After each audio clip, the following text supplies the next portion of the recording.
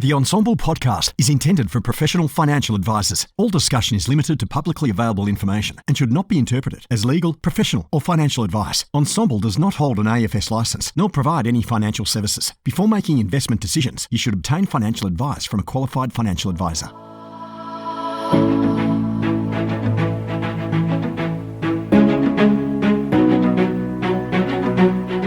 G'day, Clayton here from Ensemble. Thanks for joining me for this podcast. It's a pleasure to be able to do this from time to time.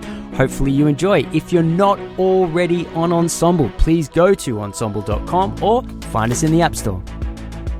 This podcast is proudly brought to you by 360 Health, MetLife's award-winning end-to-end health program designed to help your clients defend against serious health conditions so they can live healthier for longer. MetLife's 360 Health provides quick, easy and discreet access to over 50,000 leading local and global specialists, including general practitioners, doctors, psychologists, specialists and mental health clinicians. Talk to a MetLife sales manager today to find out more about how you and your clients can access expert medical support and guidance from the comfort of your own home. G'day, Clayton here from Ensemble. I'm with the one and only Emily. Thank you so much for coming on. Thank you for having me. I'm a little bit disappointed that I didn't get your classic podcast introduction, but it's all right. I'll forgive you this time. Yes. Striking lights. I actually don't know what that means, but it was fun at the time and it just kind of stuck. I interviewed Ben the other day and I did bust it out just to sort of really grate him. Because I think that was really kind of where it's, I did it once and he was there. This is back in the day when we used to do multiple people in a podcast. And I know that it annoyed him. So that became a very good reason to continue it. But regardless, I'm just doing a handful of podcasts to kick the year off. Trying to touch base with the team and the broader team here at Ensemble. Really just to get a handle on what it is that we're up to, what it is that we've done, where are we headed, what things are looking like on the horizon. I've had a chance to speak with Peter and Jess and Ben and Roxy and Boothie, because we're thinking about launching a debt and property podcast with him for financial planners. So all of those people are very important to our to the Ensemble company, but there's really only one employee number one. Employee number one, Emily, now Jenkins, formerly Blanche, and you've been employee of the week every week, I think, for the last 5 years. So at some stage, someone's going to usurp you. So, because we've recently grown quite a lot, right? So we did kind of a small, but a decent equity raise last year, and we've had like 5 new people join, right? And so the company's growing, and we're in a position now where, and we were discussing it just before, we jumped on. We're in a position where people can kind of start to focus in. And so you have gone from someone who was given 3 paragraphs, which was events, a Facebook group, and podcasts, and asked just to improve them. And technically your job has gotten a lot bigger, but your responsibility set has become more and more narrow, right? As any company, as any growing company, has people within them, they get more and more specialized. And so coming from a position where your original role was the entire company, so, you've become far more specialized over time. So I'm kind of keen just for those that don't know, where you've come from before Ensemble, what you've been doing at Ensemble, and where you see what you do with Ensemble and the company as a whole. Where's it going to from here? So let's start with right at the beginning. Where are you from? What's your background? I know we did this many years ago, but they might not have heard. So yeah, let us know. This is true. This is true. And wow, you're making me think. I haven't had to think about pre XY for a while. So the shortened version is I studied a business degree at university. I went straight into financial planning. So my first official full-time professional gig post-university was in financial planning. And I enjoyed it. I enjoyed the work. I enjoyed the people, but I had an itch that needed to be scratched, which was traveling. I then spent 2 years overseas, and that really started this process of working out what it is that really lights me up, like what really gets me excited. And through a couple of years and a process of elimination, working in all sorts of industries, I came back into the industry that I really love. Like, I'm genuinely excited about financial planning and financial advice and the transformational difference that it makes to somebody's life, but in a way that really aligned with, what sets off the fireworks in my belly. And for me, it's client experience, it's customer service, it's human connection, like bringing two people together that I know can collaborate and create something magical that they couldn't create themselves. That was really it. And the universe works in mysterious ways, connected us together, and hence I was introduced to what was XY Advisor. And so that started a journey of what it's been 6 years now, I think. Yeah. Yeah. And to just elaborate on what you mentioned earlier around getting 3 paragraphs. So when I joined the XY team, I specifically remember receiving an email from the guys, said, "Hey, so we'd like to offer you a job. We have no idea how much time's involved. We have no idea like what exactly is involved, but here's what we do so far." And it was just a Word document with 3 paragraphs on it. "If you can make this better, go for it." And I mean, maybe I was naive, but I was also very excited, and I was like, I'm in. So it really went from there. It started small. I think I started moderating the Facebook group, which, looking back in hindsight, it probably took, I would say, at least 10 to 12 months to really build that rapport with people. Totally. And build that, I guess, authority in a respectful way, where people really then knew I wasn't going anywhere, and we started to get a really good flow. So that organizing events, and I wore every hat, didn't I? It was organize this event, look after the Facebook group, do all the execution on the podcast. Yeah. So I had a finger in every possible XY pie that existed. And over time, it's just slowly been this process of, I think I refine the work, like what needs to be done.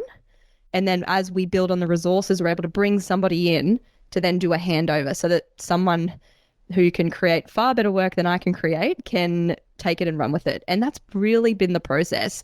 It's just this process of iteration over the last 6 years to get to where we are now. So most people would know of me as head of community. That's been my title, my role. And now I'm Chief Product Officer. And I was thinking about, what is it that I do? Like, what is my role of Chief Product Officer? And fundamentally, it's not overly different to what I've just naturally been doing this whole time. But now it just gets a lot more scientific. Yeah. So it's been a very interesting journey, and I've loved every minute of it. It's been really hard, like hard work. There's not too many people that would be doing this for this long, but I wouldn't change it. And I love that I get to do what I do, and I'm really excited to see where this role of Chief Product Officer and the amazing team that we're building underneath us, what we're going to create. I say this every year. 2022 was big. 2023 is going to be even bigger. Like every year is just this like compounding result of just sheer amount of what we're able to execute on, what we produce, and just the quality of it. Like I'm really, really proud to say that I work with some absolute amazing minds, and what gets created and produced, the output is sensational. Like I wouldn't switch it for the world. Yeah, I know what you mean. When you were talking then just about sort of the level of the output, I just before we jumped into this podcast, I was getting a picture from Shutterstock of a camera crane. Do you know what a camera crane is? I do. Yeah, it's for those that don't know, because I didn't know what the name of it was. It's a camera on the end of a massive pole that highly trained technicians swing out over people at like Coldplay concerts and grand finals, within the NRL and things like that. And this next event that we've got coming up has one. It has a camera crane that's going to be swinging out over people and sort of zooming in, and the goal is just to turn it into, because our all license CPD days are virtual first, which is a really interesting take on an event that we put like 6 figures into the event, right? So technically you can either have a Zoom meeting, which costs an annual Zoom subscription, and sit at your house and talk to someone, or you can put $100,000 plus into hiring a massive venue and a gigantic AV team with camera cranes and put on a digital event. And it's and the only reason that we're doing that now is, as you said, I guess it is an exponential growth curve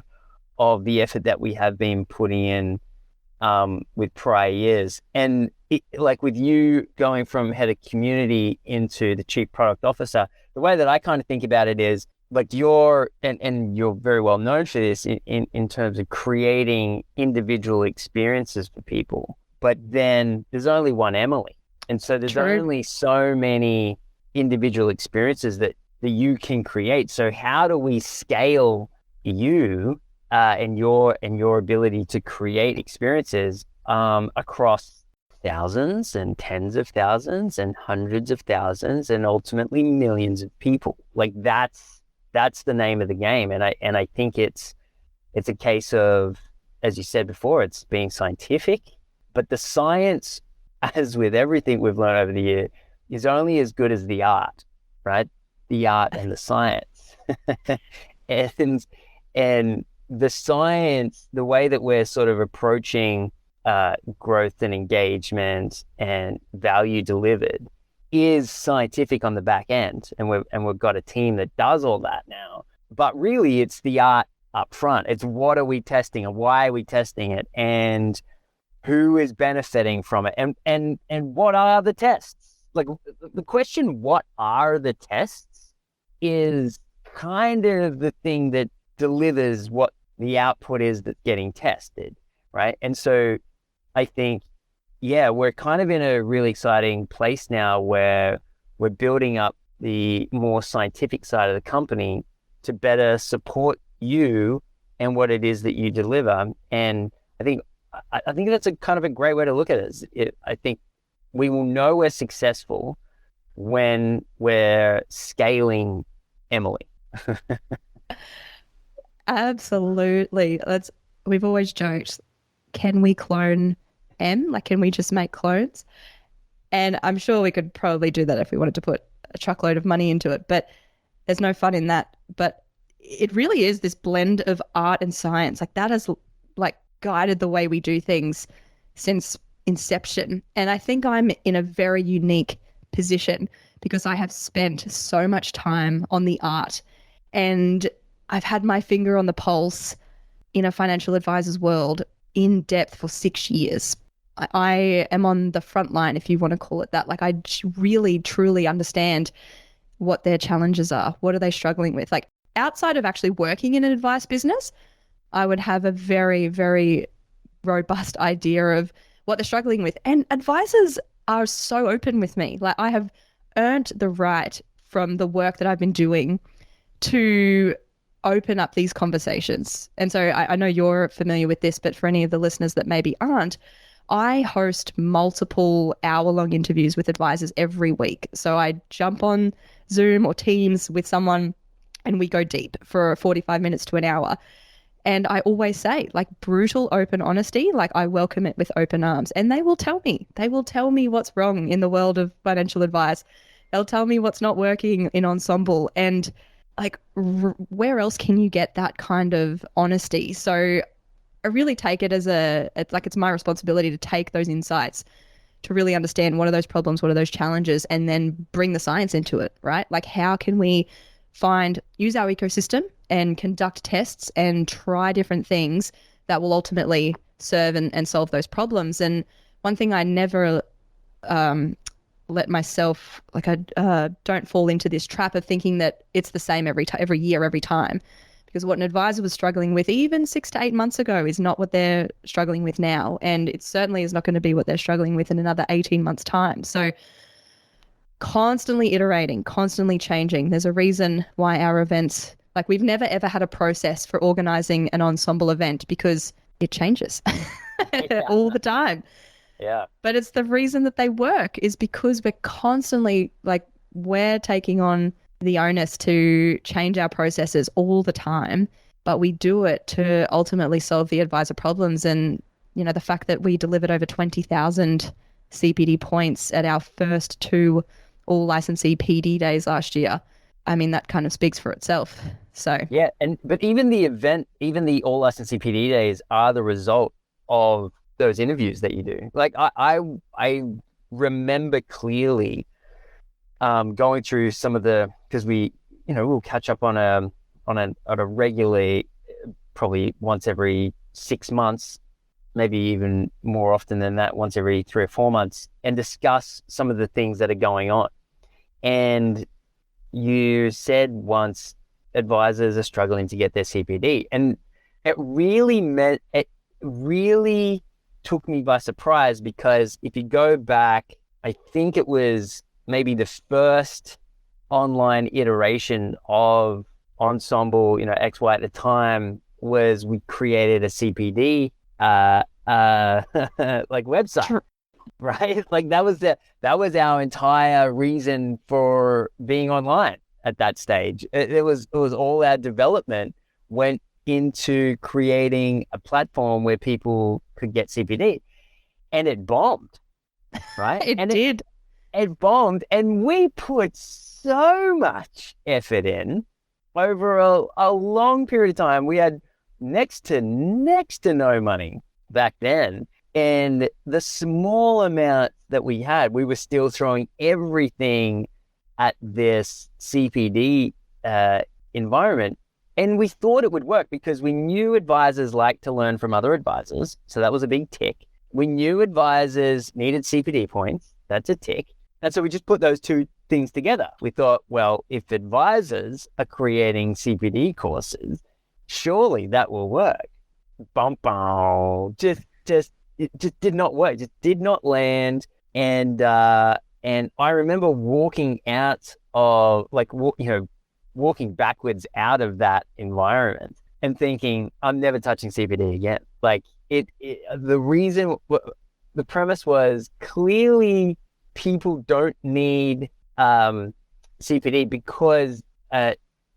because what we offered, we assumed would work, and because it didn't, my natural conclusion was then, well, people don't need CPD.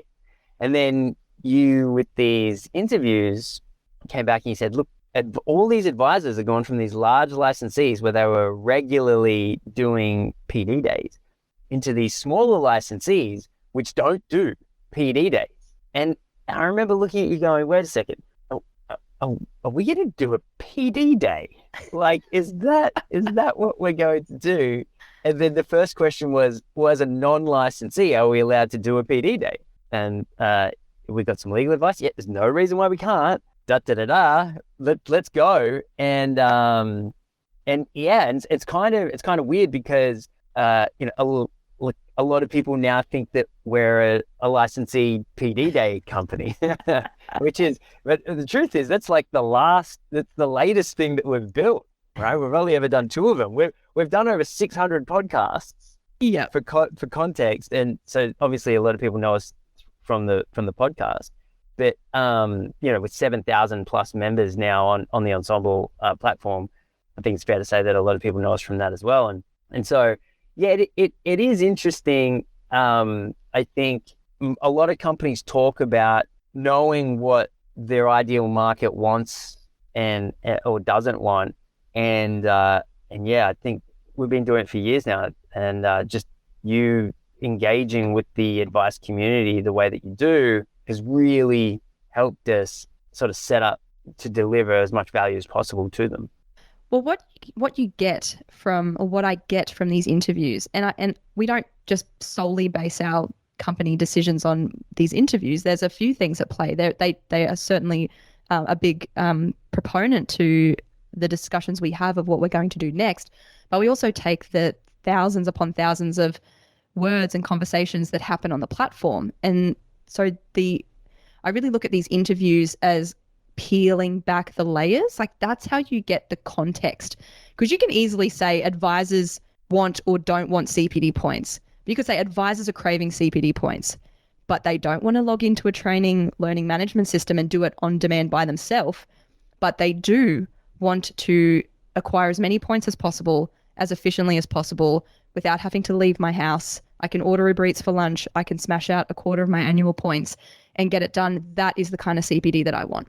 So unless you're actually peeling back those layers and understanding or asking the questions, why are you demanding CPD points, and how do you want to receive those? Like, you could totally be off course with what you implement because you haven't dug deeper into what is the context and what's the why behind that actual desire, which has been really powerful. And also, like, I learn something new every single time I have these conversations. It's fascinating, and my mind starts, going crazy with ideas, and then I've obviously got to rein those back in and go, okay, like, can't do all of those things.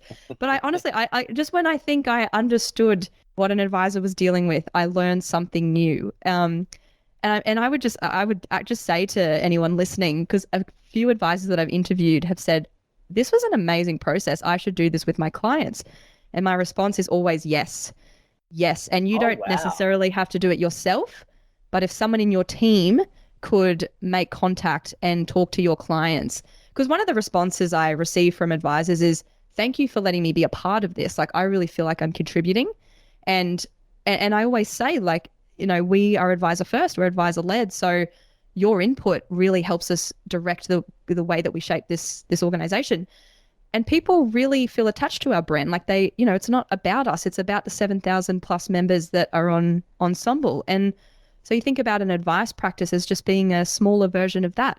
And, when you're thinking about new things to implement for your clients, what better way than to actually ask them? And the response that you'll get more often than not is that they're happy to contribute because they feel like they're a part of the process.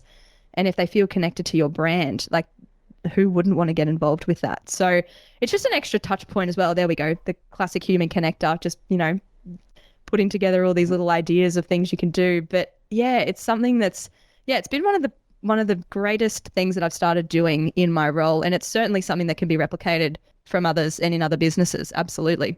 And for those that don't know, it's basically, what does Ensemble do that you like? What does Ensemble do that you don't like? What is it that you'd like us to do? And what is it like that we're not already doing? And what are some things that we'll kind of go into it, because you're the one that obviously asks these questions, and I think you've got like 10 or 20 of them, right? So so they really guide the conversation. If we hit all of them, fantastic. If we hit some, awesome. And anyone that's interested in this, I'm more than happy to share my questions if you want to replicate this in your own process. But the things I want to uncover is, what do they like and dislike about using the Ensemble platform in the ecosystem? What are some challenges that they're struggling with in their day-to-day or in their advice process? And if they could wave a magic wand and change or add or take something away from Ensemble, like, what would that be? Or what is one thing that would help you do your job better? Yeah. And those key things really guide the conversation. And so you start to dive a little deeper into, what do they like or dislike about the platform? Like, how often do you log on? Are you logging on because you have a burning question that you need to find an answer to? Are you logging on because you're seeing my emails coming through? So you start to dig deeper and uncover, well, what are the behaviors? And that's the other thing I would say is wherever possible, focus on the actual behaviors and actions of somebody rather than would you like or would you want to do this? Because I can say, I really want to eat healthy. But then if you put a bowl of fruit and in the office lunchroom, I'm probably not going to, like, I may not eat it. It's like, well, you said you wanted to be healthy, but actually follow someone's actions and their behaviors. So, for example, if you think about the PD day, have you been to a professional conference in the last 12 months? Yes, no, like that guides behavior versus saying, would you go to an event that did X, Y, and Z? They'll be like, yeah, no, I might. When really what you want to focus on is the actual behavior. So if you can frame your questions up to elicit that information, you'll be able to have a lot more clarity in the ideas that you do actually pursue. That's a very, very good point.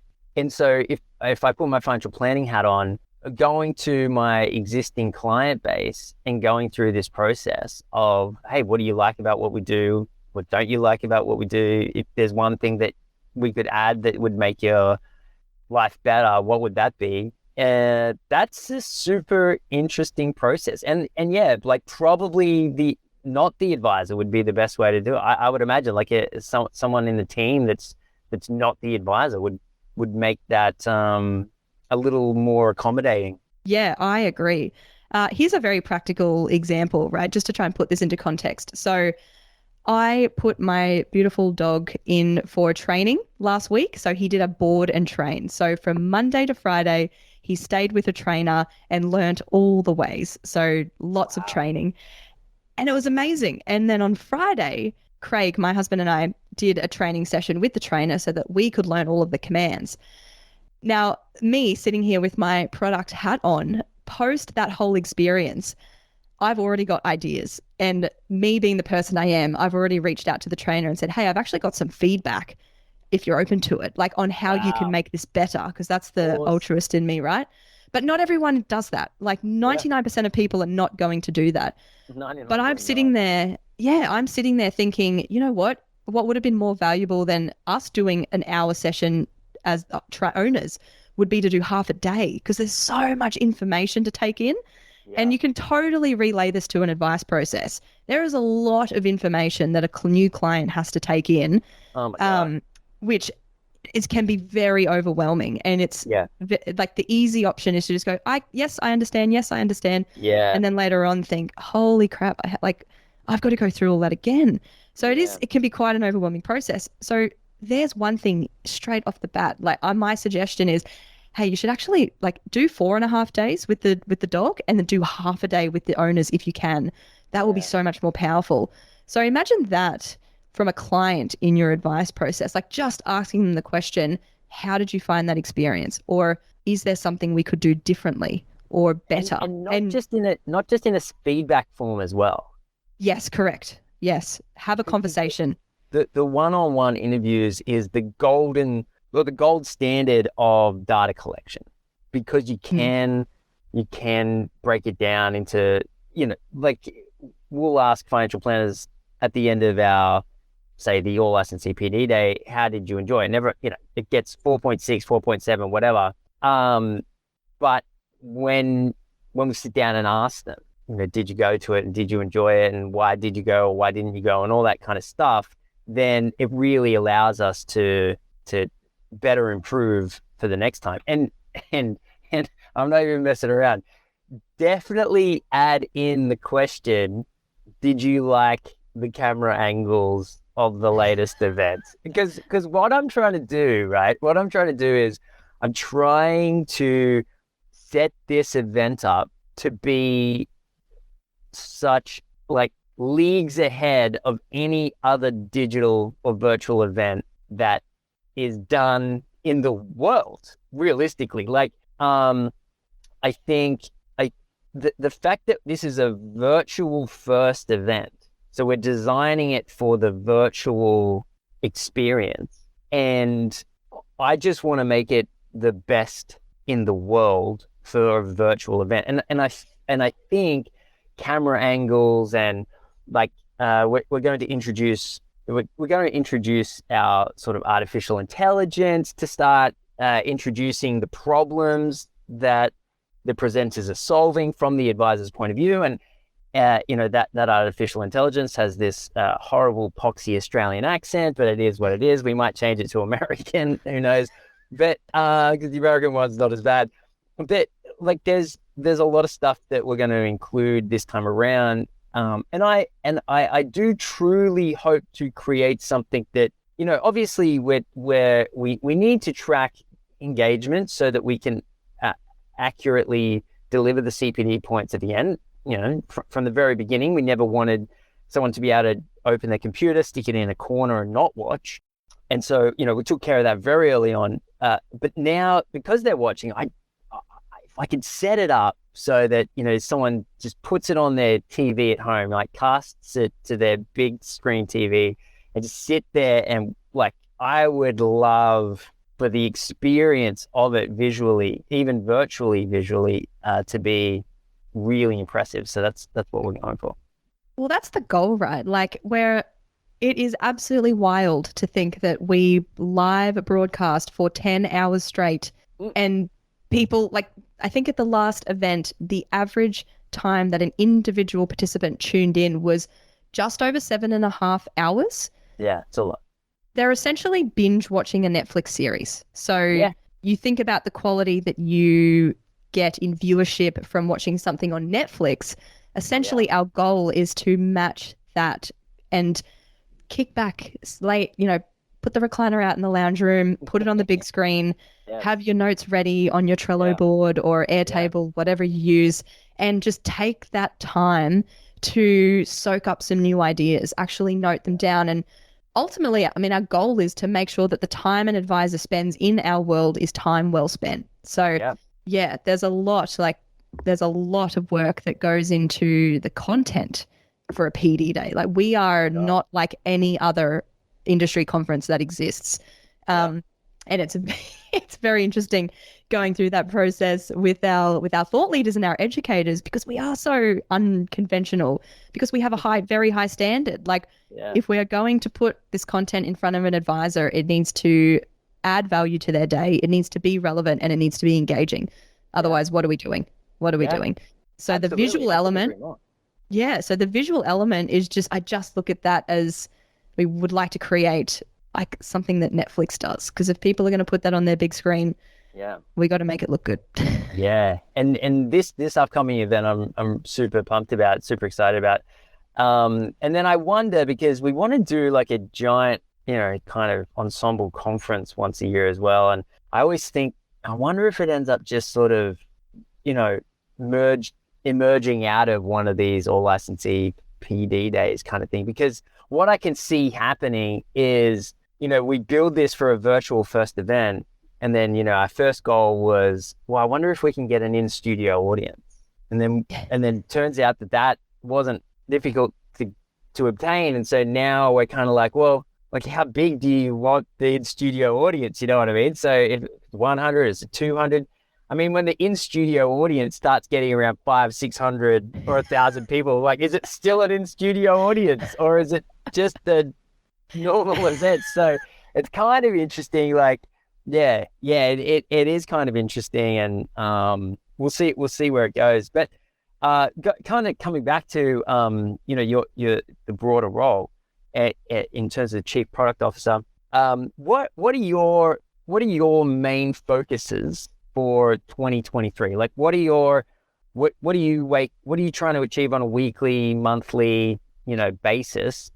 And let's go into it. Like, obviously you're in charge of the value that advisors obtain by being a member of Ensemble. That's kind of like, that's the overarching. And we want to deliver that with technology, right? So it's not an in-person delivery. So it's probably not community. It's a scalable solution. So it is more product. So what are kind of some big, hairy, audacious goals that you have in terms of what you want to deliver for the membership base, and how are you going about doing this? Great question. So aside from the 2 all licensee PD days that we've spent a bit of time on in this conversation, we are hosting those 2 events. So they will at times be quite a focus for myself and the team so that we can deliver that great experience, make sure that it's a very nice experience for both our presenters and also our audience. And I mean, as you know, there's quite a lot of work that goes into events. So there'll certainly be some time allocated for those 2 events. But outside of those 2 things, my North Star is always iterating and improving on the experience that Ensemble members have on our platform. And there's a few elements that make up our platform. There is the discussions, the conversations, the peer-to-peer learning. And so I'm constantly focusing on, okay, what is valuable to people, what's meaningful, what brings people back. And so drilling down into those into what are those levers that we can pull to create a better experience. And one of those is our emails. So I have spent a ton of work over the last few years, maybe more than I would like to admit, understanding and refining our email method. And I'm pretty confident in saying that we're doing really well. The engagement that we receive, the replies that I receive, are fantastic. So I will be definitely focusing on how we can create a better experience for our new members. So updating our welcome email series. We've got a few ideas for that, which I'm excited about. And then just that constant ongoing communication that because we do have this dialogue with Ensemble members. Like the amount of replies that I get to a daily email that goes out is absurd for a type of an email communication from an organization to its user base is wild. So I would love to keep understanding how I can improve on that, because ultimately I want to make sure that our emails are something that people want to see in their inbox. You know, we've all got those emails that we're like, oh, no time for that. Oh, let's just delete. I want to make sure that when someone sees Emily at Ensemble, that it's going to add to their day. So that's a focus. A very big focus for this year is actually diving into the targeted spaces on our platform. So some people would be familiar with the professional year space that we have launched on the platform in collaboration with Colonial First State. That is a dedicated space for people, for potential PYers, people going through their PY and supervisors. And that space is thriving. It's got close to 350 members in there now. There is discussions and collaboration happening between PYs and PYers, supervisors and PYers. It's been really nice to see a space that is a pure response to a need that existed in the market doing really well. And I really see 2023 as the year of the, I don't know, I need to come up with a better word than space, but the year of targeted spaces on our platform. So one of my big focuses in the first half of this year, we're actually going to be launching a dedicated investment education space. So this will be being produced in collaboration with Schroders. And I'm very excited for this because it is solving some pretty big issues. Some of the most prominent discussions on the platform last year, if we had a look at the analytics and I pulled out the top discussions, the biggest threads of last year revolved around investments, and namely questions about how is everybody else building their investment philosophy? How are others building an internal investment committee? Should I be looking how do you pick a fund manager when there's literally thousands of active managers out there? And I was really starting to see this pattern of dialogue and conversation that were lots of questions. And I mean, people can maybe call me out on this. I could be wrong here, but I think that there's 5% of advisors that deeply understand investments and their investment philosophy and can really hang their hat on it. And there's 95% that there are some gaps. But at risk of asking a stupid question, they don't ask. Right. Yeah. And I think that's the difference between, obviously there are insurance, like there are risk advisors, and then you have a wealth manager. And so a wealth manager is a type of financial planner that would be one of those 5 or 10% that really hang their hat on their investment performance and outcome, and that's every company has a niche. Every financial planning company has a niche, and some of them do really well in that space, and hence why they take on the title of wealth manager. But if you're doing holistic advice, right? If you're really focusing on everything that encapsulates financial planning, like, my God, then the burden to better understand investments while you're still doing everything else is very high. Absolutely. Absolutely. And the content, and this is what I've been hearing in conversations and feedback that I'm getting, is that the content that exists currently is very jargony. It's very complex. It's a lot of really detailed graphs that don't really articulate the fundamentals. And so one of the things that we want to really bring to Ensemble, to the market, is a dedicated hub for go-to fundamental investment education. So being able to confidently take the principles from this curriculum, from this education, to build your own investment philosophy, but have the ability to go and stress test those principles yourself.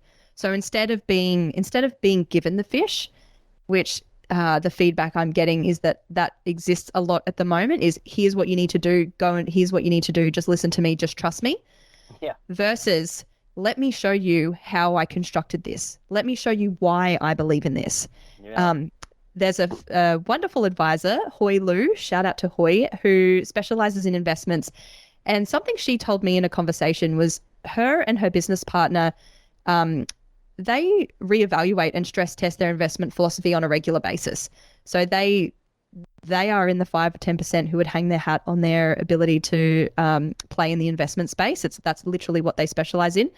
And every 6 or 12 months, they will literally look at their philosophy, look at the opposite end of the spectrum, and stress test their beliefs at every point in that process.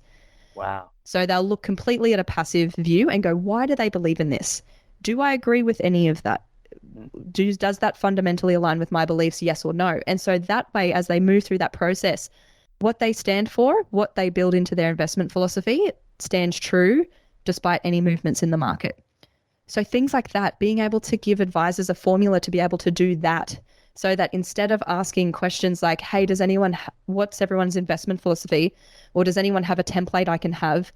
They could take those fundamental principles, go and apply that themselves, because if they can do that, then they have a far better chance of being able to communicate that to clients. Totally. So our goal is to educate, to not indoctrinate, but to educate, so that advisors can really understand the fundamentals themselves to a point where they can then go and communicate that to their clients. So things like this. So Sophie Metcalf, who everyone will be introduced to in time, she is the Schroders.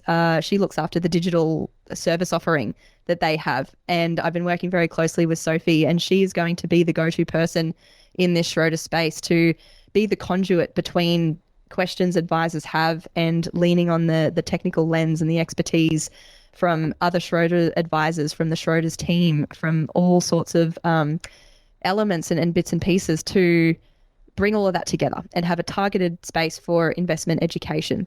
So that's just one example. There'll probably be more in the future. So that will take up a fair bit of time, but I'm really excited about it because it's answering a lot of questions and challenges that are existing and popping up. And then the other thing I would say is Talent Hub. So we're all very aware that there is a gap, definitely there's a lot of undersupply. Thank you. It's like my brain is not working. There is a shocking undersupply of great talent, but they do exist. They are out there. And so focusing on Talent Hub, being able to pull different levers in that experience to better connect companies with candidates is definitely a focus for this year. And I know we've had conversations previously, and this will be something in time or down the track of starting to recruit professionals from complementary industries. I met with someone recently who is now doing their PY, who joined an advice practice She had been an optometrist for 10 years and was a client of an advisor. And that advisor said, you would be a really good advisor.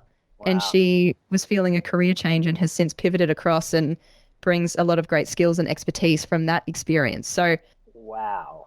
Yeah, being able to be this conduit, because the process of hiring is so cumbersome and often quite stressful for advisors. So if we can help in that process, or to take a little bit of the weight off to allow advisors, employers to find great talent sooner, that would be a really good goal that I would like to kick this year as well. So yeah, certainly. Well, so not a lot for this year then. No, not much. Just a little bit here and there. Should be enough to keep me slightly busy for the year. Just so you don't feel each second as it passes. Yeah, that's a big year. That's a really big year, and there's obviously a lot there. And I mean, from my point of view, the stuff that I'm working on is, well, how do we move into the States? How do we increase our capabilities on the technology side of things? How do we reach into accounting and nursing and pull people out? Ideally, creating some kind of a business school to help with the conversion, so to speak. There's a handful of really big things that we talked about at our offsite at the beginning of the year. And even if the crazy thing is, like, even if none of these big things come to pass, the trajectory that we're on now is so, I would call it, stable and fruitful, that, yeah, it was the very first year in my business career I wasn't worried to start the year with. And to be able to say that compared to 3 paragraphs, it's just like, it kind of is amazing to reflect on. I think it was like episode 23 or something of the podcast where we interviewed you for the first time. And now that we're episode 623 or whatever it is that we're up to, I think in terms of like the actual number of the podcast, I think it's like 350 or something. But if you add up all of the podcasts that we do release, because we have multiple, call it, channels on this, or multiple shows on this podcast channel, so all up we're over 600. It is amazing to think about how far we've come. So here's 2 things. What would you tell Emily on her very first day, right? So what would Emily today tell Emily that was starting at Ensemble or XY back then, on the very first day? That's the first question. The second question is, what does Emily, say 5 years from now, tell Emily today? Gosh, big question, big questions to end.